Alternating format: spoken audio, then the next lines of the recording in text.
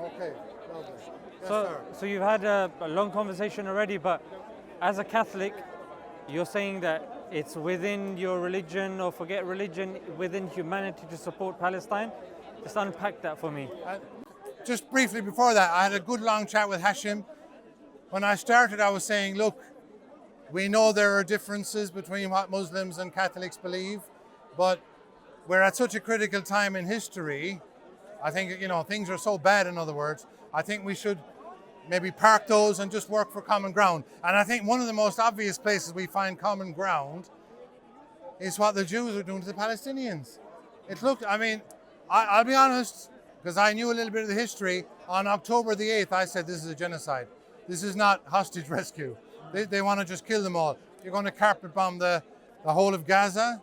You're going to, and nine, what do we got? 10 months of it now, and probably 10% of the population gone. So if you have a shred of humanity, you have to say this is off the charts as far as evil is concerned. So yeah, that's. Well, when it comes to like politics, a lot, especially in America, you got the Republicans. I think they call Donald Trump's party.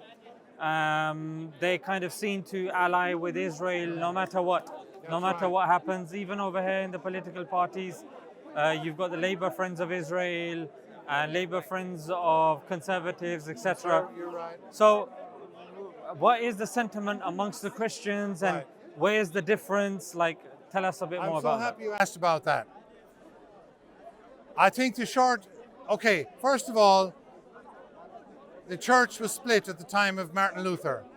It was a Catholic church from the beginning with Jesus Christ. that. This is a different Martin Luther to Martin Luther King, Correct. just for the viewers.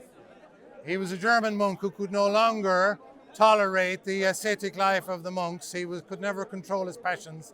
And he basically said, I don't have a human will. And he kind of blamed God for his sins. And the church split. But in England, that happened then with Henry VIII.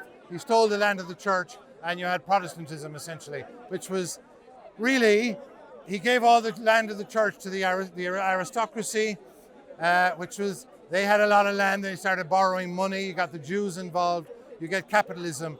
And then you have the state we're in today. But the big problem is a heresy called Christian Zionism.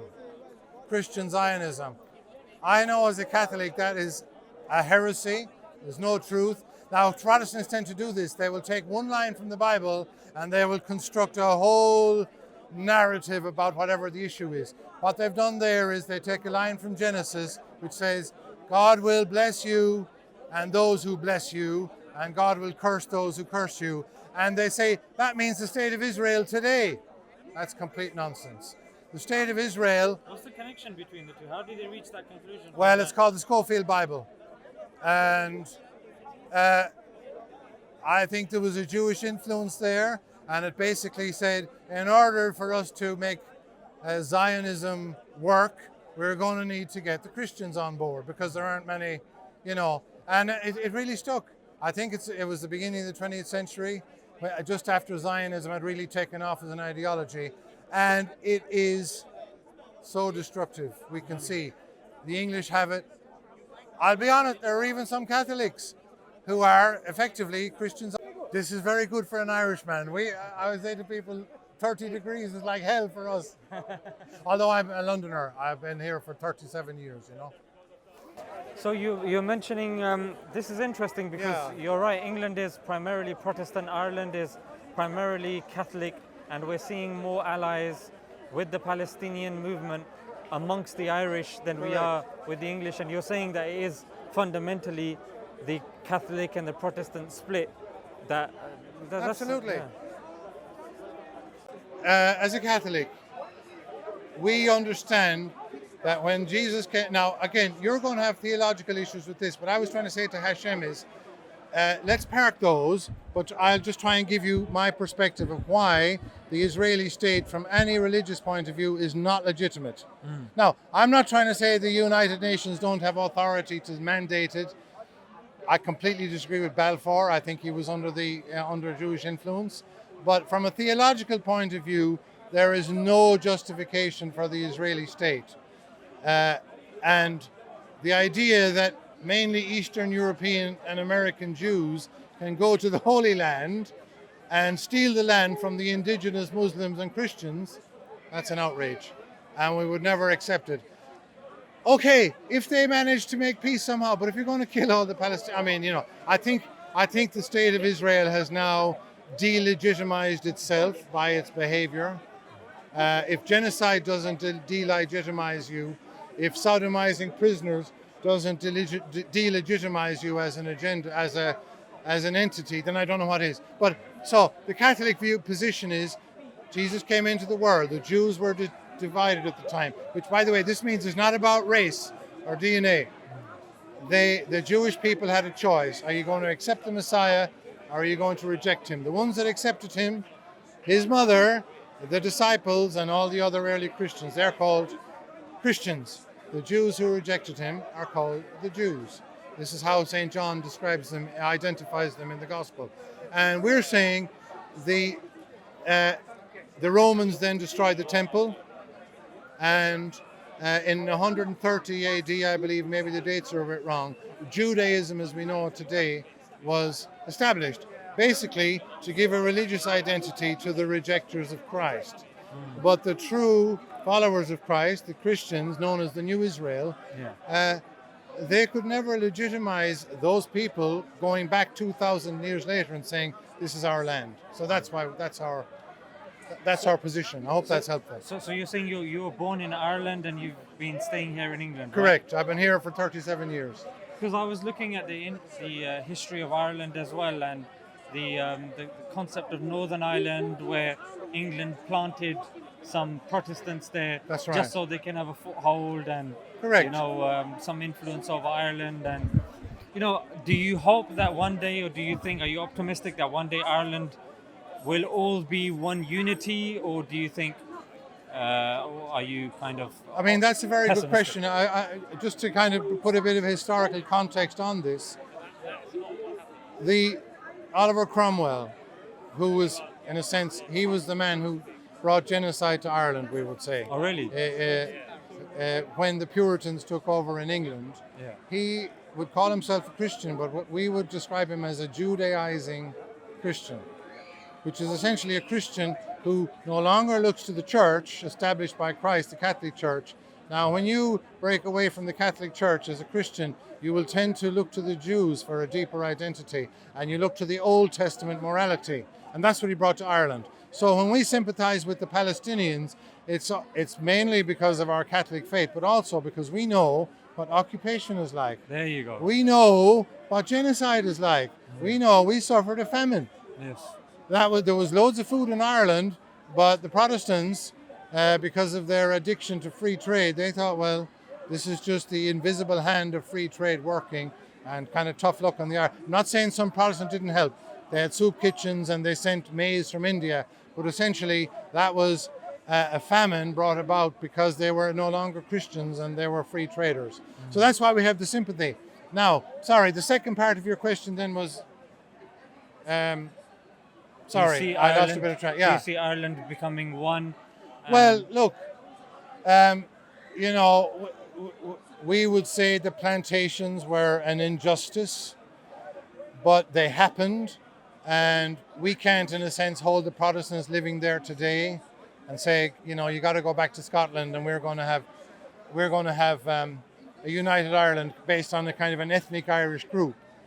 The other part, there's a couple of other elements, really. We got to recognize the historical reality.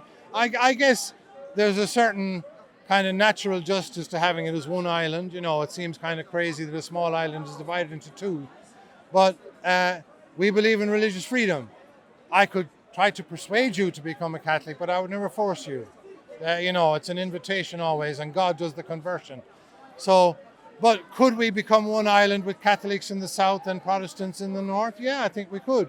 In fact, what I think has been very heartening, sadful at the same time, is a lot of Catholics are not practicing the faith. A lot of Catholics in the south of Ireland are thinking like Jews: gay marriage, abortion, trans, that whole, we might call it the rainbow agenda. Well, if you're a Catholic, you can't buy that. And the people holding the line better on the island are the Protestants. So, Really? yes. So I think Catholics in the south, Catholics in the north, and the Protestants, we could have an alliance and we could be one nation under one God. And again, leave aside our differences, but we could live in harmony, like I think we can do with Muslims, you know? Seeing as you're saying that Catholics originally was the line that got split primarily by Henry VIII and the likes, and Martin Luther, you mentioned. If Catholicism is, quote unquote, according to you guys, the unadulterated line of Christianity, yes, then why is it? I don't understand why the Catholics are not holding firmer on their faith, knowing that they are occupied people. Like, for example, in Palestine, no, this is sorry. Yeah, Palestinians, Palestinians are very fervently holding on to their faith, and they are defending their faith. They are practicing their faith. Why do you think the Irish Catholics aren't doing that? What's facilitating it, and where do you see it change?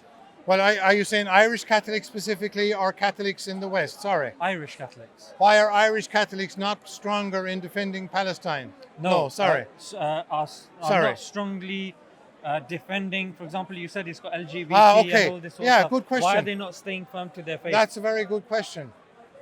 I suppose the first simple answer is baptism makes you a Christian, but God never takes away your free will. And every Catholic in Ireland could say, I'm for abortion and I'm for gay marriage, because God doesn't take away your free will. But that doesn't invalidate Catholicism. It invalidates their commitment to it. So in other words, why? Because they've lost their faith and they're bad Catholics. And why did that happen? Sorry if I'm going on too much. No, it's fine. Well, you know. Just to interject the point with regards to the Protestants, you said it seems like the Protestants in Ireland are practicing their faith and sticking by their faith more so than the Catholics. And I get, and this is the concept we have in Islam as well, that we have free will, and you've got the things that influence Muslims and this and that. But I'm just interested in this dichotomy between the Protestants and the Catholics, both living in somewhat the same land. But why is it that Protestants, who you wouldn't necessarily expect to hold on to their faith as much as, say, the Catholics, I know, who have been oppressed more so? I think oppression is important. Essentially, Protestantism in England is over, I would say. I mean, the Church of England is there, but when you accept the rainbow, you're not Christian. Now, the Christians in Northern Ireland, because they're a minority in terms of the island, and they feel, in a sense, like an oppressed minority, that always tends to strengthen your faith. And because they feel like a minority there, you will tend to hold on more strongly to your identity. And Protestantism, I mean, the two main elements of their identity is unionist, we're part of the United Kingdom and the Crown, and we're Protestant. And I think that has kind of forced them, because when you feel oppressed and you're under attack, you will go back to the strongest elements of your identity. And I would say that's the reason. Because what's interesting is that Ireland has constantly been at odds with England for obvious reasons. However, when you see Ireland having to preserve their national identity, having to preserve their religion also, because hey, you can't have Catholic leaders, they have to be Protestant. I mean, Tony Blair was a prime example of somebody who was Protestant and then converted to Catholicism. So seeing that, I would have thought that the Catholics, it's interesting, I'm just fascinated by it. Where do you think this LGBT phenomena is coming from in Ireland? Well, okay.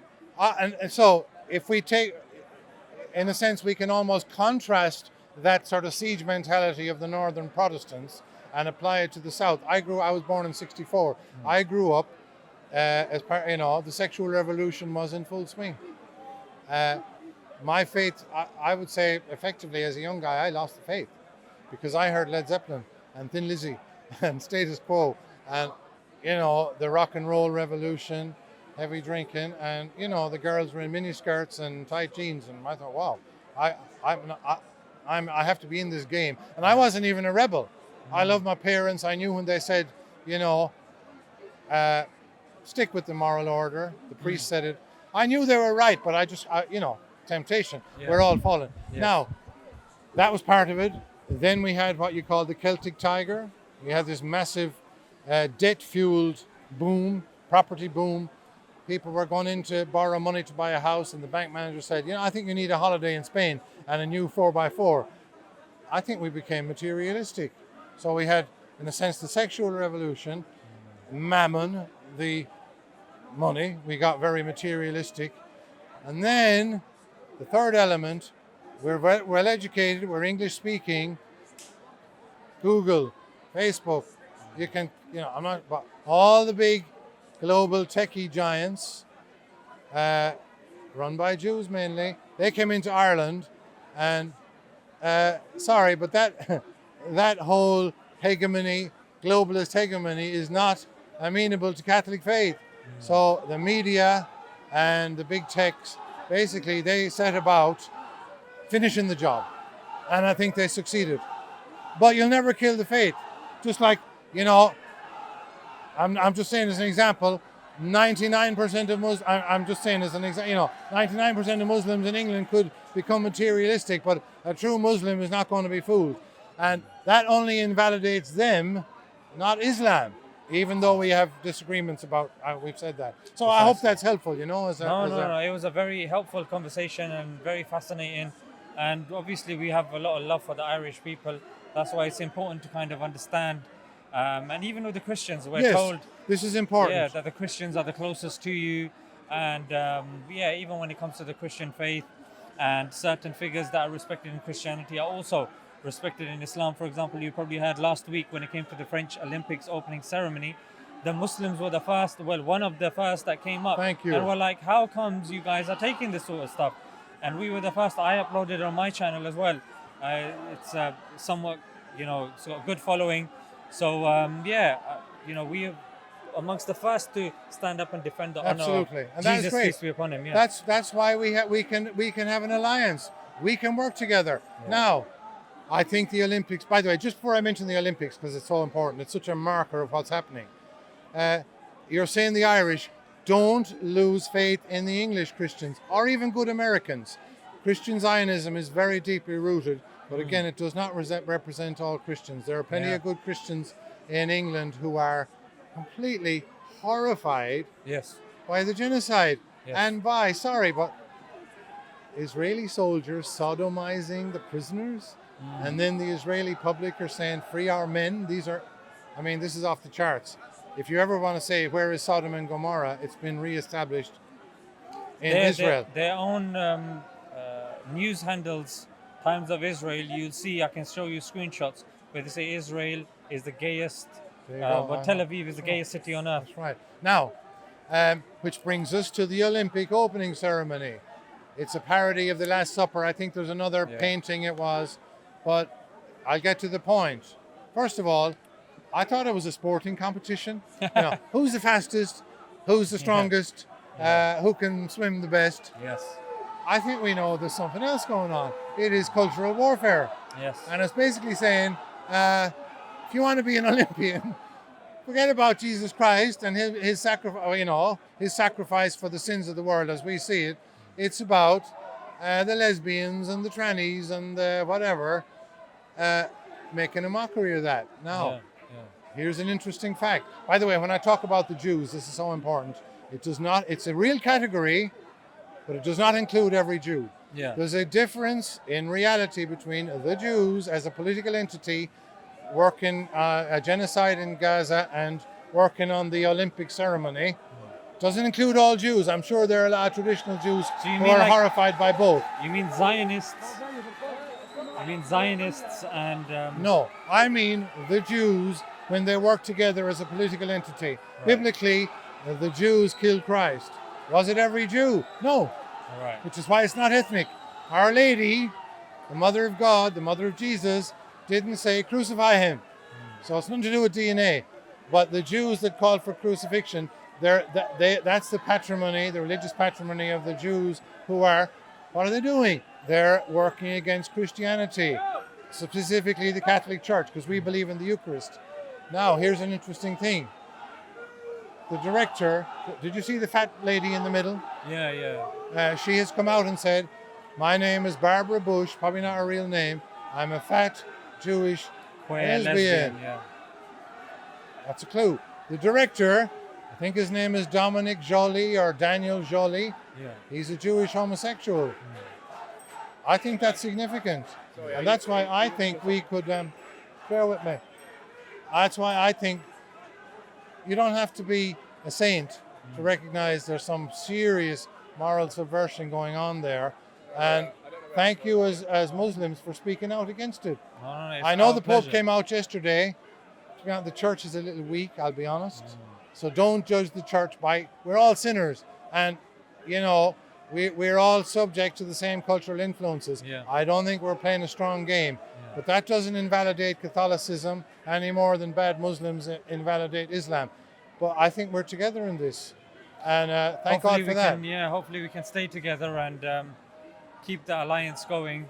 Exactly. Because there are obviously those that set to divide and sever that alliance. Correct. And their worst nightmare is you and me talking. Yeah. And you and me and Muslims and Catholics and Christians finding common ground. So let's not let them divide us. And let's end it there. A very poignant and key and vital point, my friend. Thank It was you. a pleasure. I'm so honored. God bless you. Pleasure And is mine. we can talk. We can have a dialogue. That's what Think it's God important. wants. It's important. Thank you so much. Thank you. Really I'm appreciate gonna that. take the mic. Oh, Okay, enjoy the rest of your Can I evening. just ask where, if you do post it, I'd love to see it Yeah. and your other material. Yeah, it's going to be on Smile2jannah Extra.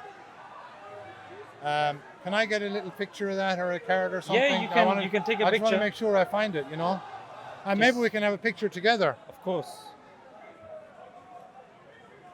So this is the channel. Uh-huh. You can just take On a picture YouTube, of it. right, yeah. Yeah, Let me just do take a that. picture. This is how everything is communicated these days. It's unbelievable. Smile, oh, beautiful. Can I ask one of the young men to maybe take a picture for my? Just Abdul Karim, can you take a picture? would you mind? Oh, thanks again. What's your name? Zishan. Zishan. Oh, Sean and Zishan. Sean and Zishan. I love it. Whoa. Yeah. And then one on, Sorry. Yeah. on mine, yeah. Sean Do a and portrait. Zishan. Do a portrait, yeah.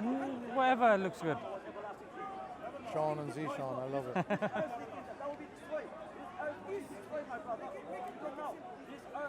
Yeah? Can I get a picture with you? Can I get a picture? I'd love to get a picture of the three of us. Yeah. Last one. I'll leave you to it then. Are you good at selfies? Have a go. What's your name, my friend? Abdul, Zishan, and Sean. We love God, and we want to do His work, and we can be united in that. Thank you, Lord. Beautiful. Thank you very much. All right, fellas. Take care, Sean. Zishan, I hope to see you again, maybe in a couple of weeks' time if you.